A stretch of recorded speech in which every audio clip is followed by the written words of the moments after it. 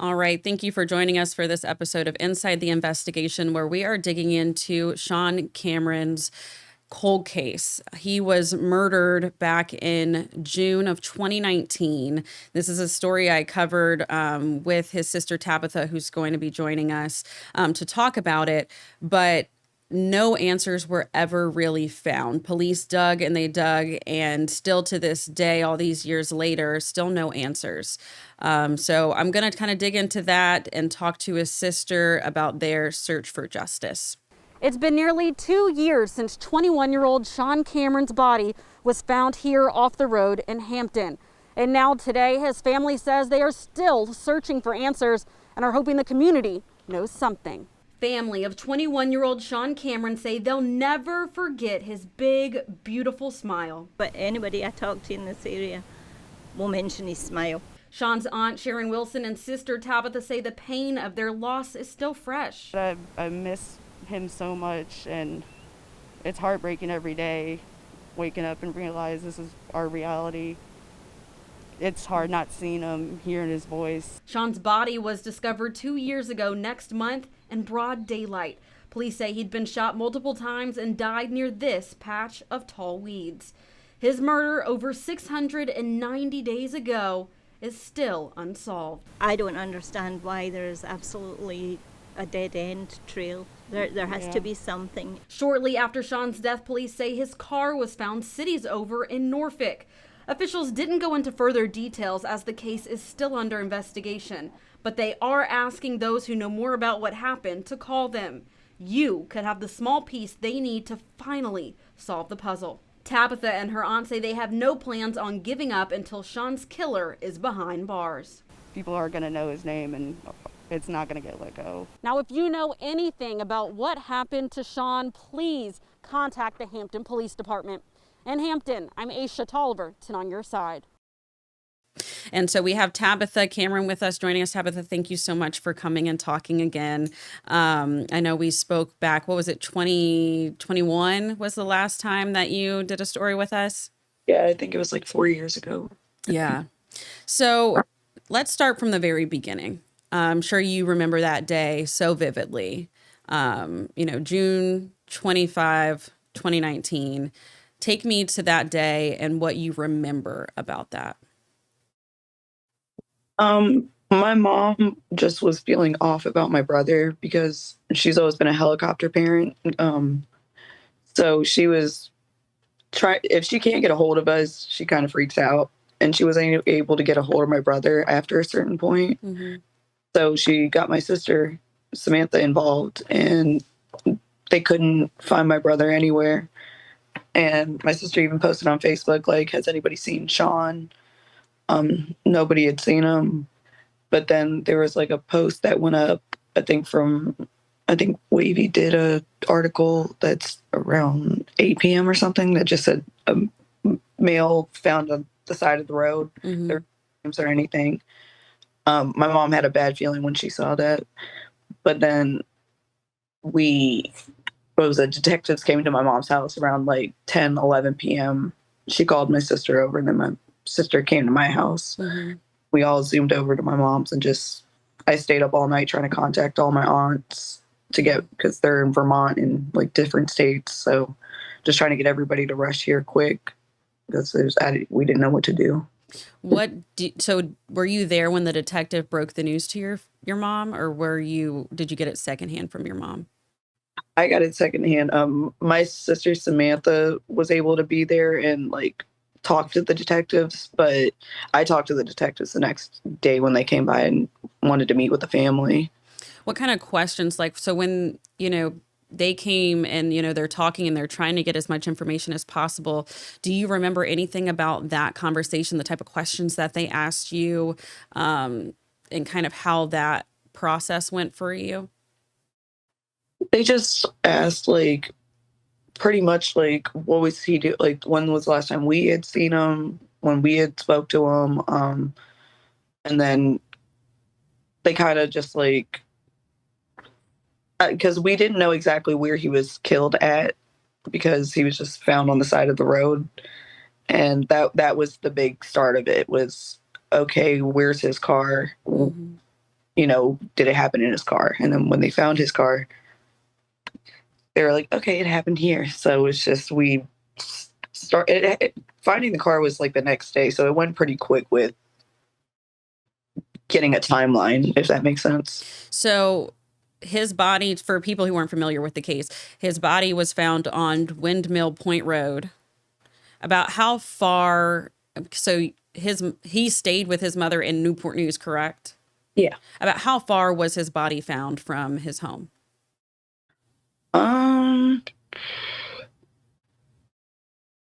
It was, my mom's uptown Newport News, and that was like Beach Road in Hampton, so it was not too far, but like a good amount away. And so his car was then found in Norfolk, correct? Yeah. You said that kind of helped provide a timeline. What do you know as far as the evidence that was found in the car? Like his blood and stuff like that. Like, it was just obvious that somebody was killed in the car. And once because the people, when they parked it over in Norfolk, they parked it weird. A tow yard came and picked it up. Seen inside, they were horrified, and then they ran the VIN number and seen like right away, okay, we're looking for this car. So we were just lucky that we found the car super quicker. It would have been just wondering where this happened. Oh man. So it was his own car that was found with his blood inside. Do you know who he would have been with around that time that day? Yeah, we know. I mean, from the timeline we active, like they've seen him, yeah, go to Chick-fil-A, go to Ross, just do different things that day with certain people. And, he was apparently dropping off these people, but was found 40 minutes later on the side of the road. So to me, we got a timeline and everything figured out. It's just people need to speak up because people get very, very afraid when it comes to stuff like this. Sure. So the people he was with, I mean, we're not going to name drop because no one's facing any charges right now. And so I'm not asking you to do that. But so he was with more than one person during that, before his death that day, running errands. You said Chick-fil-A, going to Ross. Were there ever any surveillance camera caught of him the day of his death? Like, in any shopping centers or anything like that police found? Yeah, it was the Chick-fil-A camera and Ross camera. That's how we knew that he at least did that, because they were able to find him on camera there. But after that, there's no camera footage until it's like his car going near the 7-Eleven. Did he look concerned in the surveillance video? Did he look like he was just being him? Did he look worried? No, they said he actually looked happy. Like he was laughing with the girl in the Chick-fil-A line and stuff. Like, that's what was weird to me.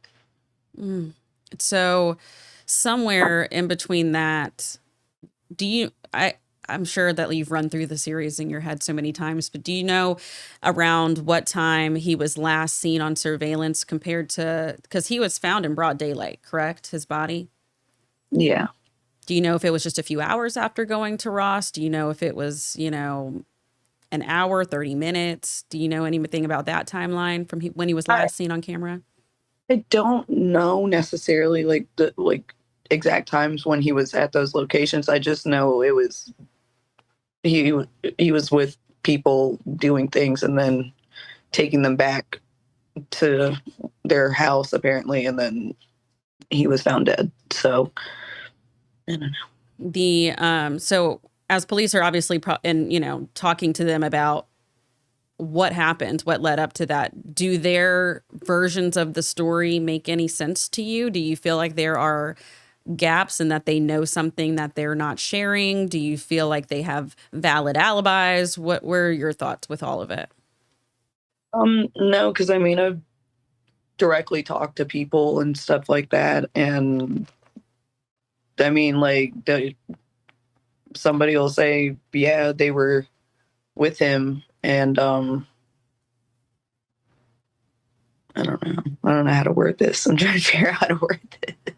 So obviously when it comes to any general police investigation, right, you're always going to look at either the person closest to them, in my opinion, from what I've seen, one of the people closest to them, or who they were last with is always, going to be a question. So I guess for me, they know who Sean was last with, but they're not able to get enough evidence at this point to charge anyone.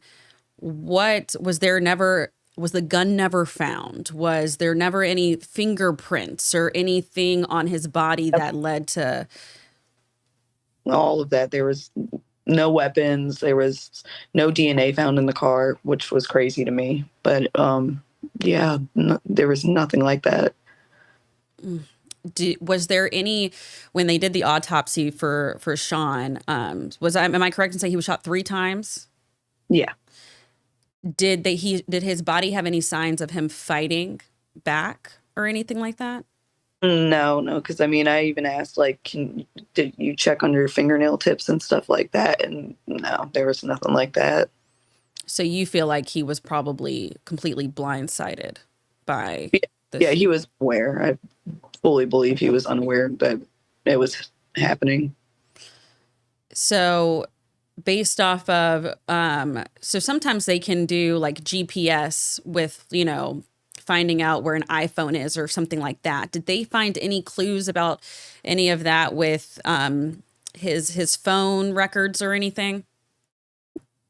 Kind of with, I mean, like, with his locations, because I mean, his phone was still in his car when they found his car. So it just pretty much went to the locations where he went for the day and then going to Windmill Point Road. So it's horrible. So his phone on his person, it was still sitting in the car. And where the car was dropped off, was there any surveillance of who dropped the car off in Norfolk? No, there's nothing. Like, we tried to ask if they did like the highway cameras, but I guess they don't archive them or something like that. Mm-hmm. Yeah, that sounds right. Yeah, it's just a live footage, because I was like, I would know if, yeah, what his car looks like if it looked a little different. So I was just like, I could see, but they were like, no, we don't archive them, so it's like we can't go back and pull it up. So where was the car dropped off in Norfolk exactly? Near, what is it? Near the Bon Secours. The hospital? Yeah, no, Alpha Granby, like, I think they said somewhere in that area. So you said downtown? At Granby Street in Bon Secours Hospital area. That's just what I remember. What kind of car was it, for people who, if we're putting the all call out and they listen to this story, if they were to like have been in that area that day, what kind of car, what kind of things would you want them to like keep in mind? It was a black Dodge Charger, and he had 30-day tags, but his 30-day tags were in his windshield, like off to the like passenger side, like right in front of there. Mm-hmm. That's where he had his 30-day tags at. Okay. You said it was parked weirdly. Do you know exactly, like, what do you mean by that? Was it? They just said it was just parked, I guess, probably parked sideways or something like that for somebody to have to call a tow yard, because like on a residential street that it was found. Was there any damage to the outside of the car? Yeah, but that was from my brother that morning. They said they had seen him on camera kind of pull up, what was it? He was at 7-Eleven and kind of pulled over the little barrier thing and pulled up his bumper. So it may have had some bumper damage on the front. Yeah. Okay. I don't know if he had fixed it or not by that. I was like 6 a.m. when they seen him do that. So All right. So the car's dropped off. His body is found on the side. Why do you think they chose that location? I have no idea. Because you've seen it. It's a pretty creepy location, Yes, right? it definitely is. I personally had never been down there myself, and I'm from Hampton, Right. born and raised. So it was a very, very. I feel like somebody's like had to have like kind of checked that out before and been like, oh, this would be a good spot or something, because it was just a weird location. Yeah. It's not something that you would drive by consistently. It's you have to be intentional in kind of knowing that was even there. And Yeah, also knowing that it's like no lights, yeah. it's a very dark area. There was no cameras. There's really the nearest homes aren't right there. It felt like whoever did this had been there before. Oh, for sure. Like, because yeah, you saw it was just straight woods, Mm-hmm. tons of houses, then straight woods, and then I guess the farther you go back, there's like a little cul-de-sac of houses, but it's like super far back. Right. What do you know about who found his body? Oh man, I feel bad for that man. Because I mean, I posted on the Nextdoor app Mm-hmm. because I tried to figure out things myself about my brother's case. Right. Up there asking like, hey, this is my brother. Does anybody know like any information? Does anybody have cameras in that area? And actually, like a couple of the people from the street that live in that little cul-de-sac that I was Mm-hmm. talking, told me about coming across Sean. The first man was a man riding a bike, and he just started freaking out because I guess two ladies pulled up in a car, and he just was like, "It wasn't me. It wasn't me." And they were like, "Okay, it obviously wasn't you." Like He was you're just worried he would be, if he Mhm. messed with the body or anything like that. And then some poor woman tried to go to turn my brother's body over, I believe, and then everybody was like, "No, no, no, don't touch." But she you thought she could probably resuscitate, but once they turned him over, they were like, "Ah, no." He's gone. Mhm. What do you know about where he was shot? Um, it was like in the upper part of him. Was his head? Yeah. Okay. Yeah. Do you know, sometimes they can tell by where the bullet enters and exits, like if he was shot from behind or someone face on. Do you know, were they able to determine if he was shot from behind or, execution style? I know this is very graphic, but it's, the details are important, I That think, at this point. that's kind of what it's seeming like. It was somebody in the back seat. Hmm. Yeah, it was somebody in the back seat. At what point did you realize the investigation had hit a dead end and that there was a chance that whoever did this was going to get away with it? I don't know how to word it, but it's like I don't. It's not possible, if that makes sense. I don't know how to word it without What's not possible? a trial, really, I guess. Hmm. Because I don't know how to say this without like putting it. I don't want to put it out on the news or something. You know what I'm saying? Yeah. So there's okay. Are you saying that the person responsible may no longer be with us? Yeah, yeah. Okay. Gotcha.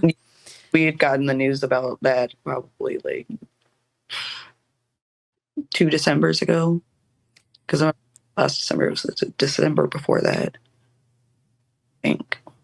So with that component coming in, do you feel like that kind of brought you any type of peace, or do you still feel like, well, there was multiple people with him and there are multiple people still out there that know that could have been accessories to the murder and things of that nature that you still want, to see? That's what I want. I want the other person. My entire family wants the other person prosecuted for it. Accessory, all that. I mean, the person had to have known that the other person was going to do it, and it just doesn't make sense. It was people my brother trusted. My brother shouldn't have put his trust into people, but He didn't trust a lot of people, but those two he shouldn't have trusted. Did you, when you were around them, did you ever get any weird vibes that they would do something so crazy? I never liked them. Yeah, and I've known one of them since I was a child. So, like, I was best friends with his sister. So, What about motive? You know, what in your jealous. jealousy? Really? Yeah, and then I don't know. Like, probably if they did it right, they probably would have been able to take his car. I don't know, Hmm. but you know what I'm saying. They did it in the car, so Did they steal anything? Did they rob him of anything after the homicide? no. Like they said he didn't have money on him, but outside of that, he pretty much had everything on him. Like his phone was in his car. Hmm. No, nothing else was really taken from him. So you guys, you don't at this point have like a hard motive. What would they have been jealous of? Just like, was it someone he was dating? Was it, just him having a better life or, Pretty much my brother, he knew how to save his money and stuff like that. So he had a good amount of money, and mhm. that's what I think. I mean, I think probably yes, they wanted to rob him, but I mean, it was always people just I don't know. My brother was different. That's why I think it was just Yeah. a lot of pure jealousy. Um, Greed is an ugly thing and it can It force people to do a lot of really horrible things. For you, I'm sure at this point, do you think about it every day? Is there a day that goes by where you don't think about your brother? oh no, I always think about it. I mean, I've got to drive all the way to Williamsburg for work, and most of the time I'll sit there, listen to a song or something, but I'll always cry about him on my little drives to work. I pray about him daily. Just, I don't know, thinking about the man he would be today because it's like 6 years later. That's a lot of time. That's so much time. He had his own kids. He could have had a wife or anything by this point, you know? He never Hmm. for any of that. It could have been Auntie Tabitha. Yeah. And it's because, like, I had my kids, my twins, and my son's name is Sean. Wow. So like a Sean Jr. Does he is he like him in any way? Oh, he is exactly like him. There's so many times where I'll like take videos and pictures of him and send them to my brother's best friends, and they're like, "Oh Oh, God, that's such a Shawnee thing." Like that's awesome. So it's living up like to he's still with you in a way, in a very special way.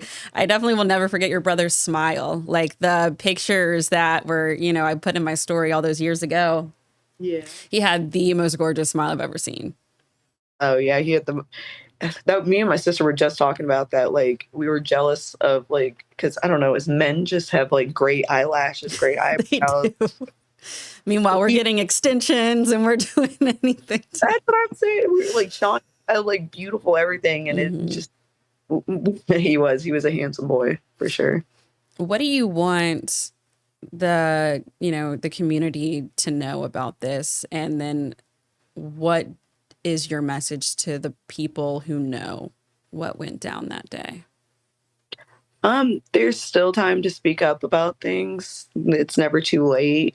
Um, because there is still, people that can be prosecuted for this. And, it's the whole no snitching thing at this point should be well played out. I feel like a lot of us have families, we have kids at this point. Would you want this happening to your child? Would you want somebody taking out your child and people knowing and not speaking? Hmm. Just put yourself in other people's positions. And I just want people, like, just anything, even if you don't feel like it's tiny, just call up and, you can tip anonymously, all Hmm. that. So I don't know. I just want people to speak up if there's something to speak. And you would think somebody somewhere, I mean, the guilt's got to be eating them alive. Yeah, definitely. I would, I mean, you would think, like, if people actually, have hearts and stuff, Which we that like to think that, but in the world we live in, I guess people can push all of that down, but eventually it comes back up, right? eventually, I mean, there's always going to be a certain, a situation out there where somebody's going to want to speak on something. Like, we're hoping, I don't know, maybe if somebody gets arrested, oh, I know something about Sean Cameron's case. Hmm. Like hopefully somebody speaks up about something. Do you feel like Hampton police have given up, or you feel like they're still fighting for your family? No, they're definitely still fighting for my family. The the cold case detective we have now is great. He's great with my family. Like he cares a lot for sure. And he always, like, if there's anything new or anything I'm feeling, I text him right away, let him know. Mm-hmm. So there's good communication with the detectives. Before we wrap this up, is there anything else that you want to say? Anything else you want to add? I know that you may never get the answers that you're looking for, but do you find any solace in any of this? Do you find any type of closure in any of it? In a way, yes, and in a way, no. Because I mean, like at the end of the day, you want to know for sure, for sure. You want somebody to go to jail, Mm-hmm. all that. But I mean, if it's not possible, it's not possible. Yeah. Yeah. So, but I mean, like I said, there's still other people that are alive that can go to jail. So if they can, we would appreciate that.